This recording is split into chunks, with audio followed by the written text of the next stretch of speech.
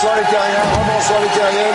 Nous sommes toujours en compagnie de Manuel Valls et nous recevons Alain Bauer, bonsoir, et Guillaume Durand, bonsoir.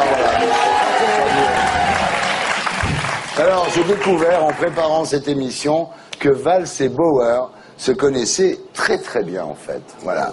De grands comploteurs. Mais oui, alors ils étaient ensemble à la fac de Tolbiac en 1981. D'un seul, déjà, il y a deux autres étudiants qui s'appellent Stéphane Fuchs, qui est devenu depuis un grand big boss de la communication, et Alain Bauer, qui disent ce mec-là est pas mal, quel tribun, ce Manuel Valls, et vous devenez des amis inséparables tous les trois, voilà. Amis de 30 ans. Ouais, mais on fait pas le même métier, alors ça va durer. Alors justement, Alain Bauer, donc vous êtes président de l'Observatoire national de la délinquance. Alors vous êtes en haut de la Tour Eiffel avec un télescope et vous regardez les banlieues et vous observez la délinquance. Il vaut mieux être plutôt en bas de la Tour Eiffel avec un microscope. Mais ça marche aussi bien. Voilà, en fait vous êtes aussi criminologue, spécialiste des problèmes de sécurité. Vous êtes le grand champion de la mise en place des caméras de surveillance dans les villes. Alors, vous savez qu'il y a tellement de caméras de surveillance maintenant que les gens se maquillent avant de sortir dans la rue. Alors vous n'avez pas changé en fait depuis l'époque parce que Valls dit il aime toujours les négociations secrètes, le rôle de conseiller occulte. La formule. Alors il y a le troisième homme, là, Fuchs, Stéphane Fuchs, qui dit Bauer est né vieux. Ouais.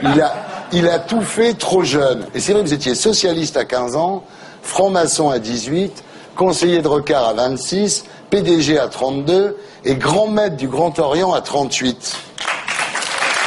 Brillant. Alors, grand maître du Grand Orient, vous êtes resté que de 2000 à 2003. Vous aimiez pas la tenue? On peut pas faire plus. Vous êtes franc-maçon, vous? Je l'ai été. C'est fini? C'est fini, oui. Les couleurs m'allaient pas. Oui, oui. Je ne comprends pas qu'à leur âge, on ait envie d'être franc-maçon. Ouais. Quand ils avaient quoi, quel âge? 25 ans? 30 ans? 20 ans. Ouais. C'est un truc de vieux. Moi, je rêvais de Led Zeppelin. Et eux, ils rêvaient d'être francs-maçons. Les Ce que tu sais pas. Zeppelin étaient Voilà, bravo. Voilà. Ce que tu sais pas, c'est que tous les mecs de Led Zeppelin, ils étaient francs-mac. Voilà, c'est ça. Je ne vois pas l'intérêt d'aller comploter avec des types en jupe sur l'avenir du monde. Ouais. Je pense que C'est pour ça que je suis pas resté. Est-ce que l'idéal maçonnique est compatible avec les caméras de surveillance partout? Bah, il y en a à l'entrée du Grand Orient, donc ça doit bien marcher.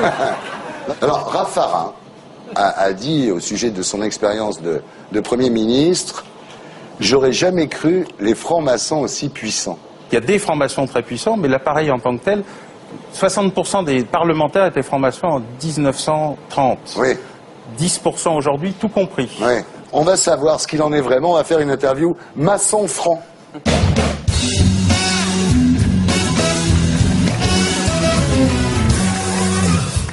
Alors, on peut en trouver où des francs-maçons? Ils sont partout. Quand Pétain a publié la liste totale de tous les francs-maçons dans le journal officiel, après 40, la plupart des gens ont découvert que leur boucher, leur charcutier, leur Des coiffeur, francs-maçons. peut-être même des journalistes étaient Ah francs-maçons. oui. Et ça sert à quoi un franc-maçon?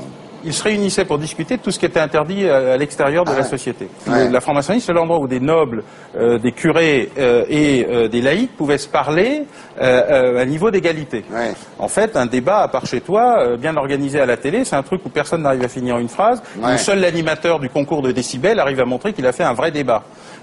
Donc du coup, la maçonnerie, c'est l'endroit où tu peux pas interrompre les gens, où tu es obligé de les écouter jusqu'au bout. C'est pour ça que Sarkozy pourra jamais être franc-maçon. Alors, ça se dit bonjour comment un franc-maçon? Normalement, on s'embrasse 3 fois. Ma mère m'embrasse 3 fois. Tu crois qu'elle est franc-maçon? Faut lui demander. Il y a eu des stars francs-maçons. Oui, bien sûr. Chimène Badi, par exemple.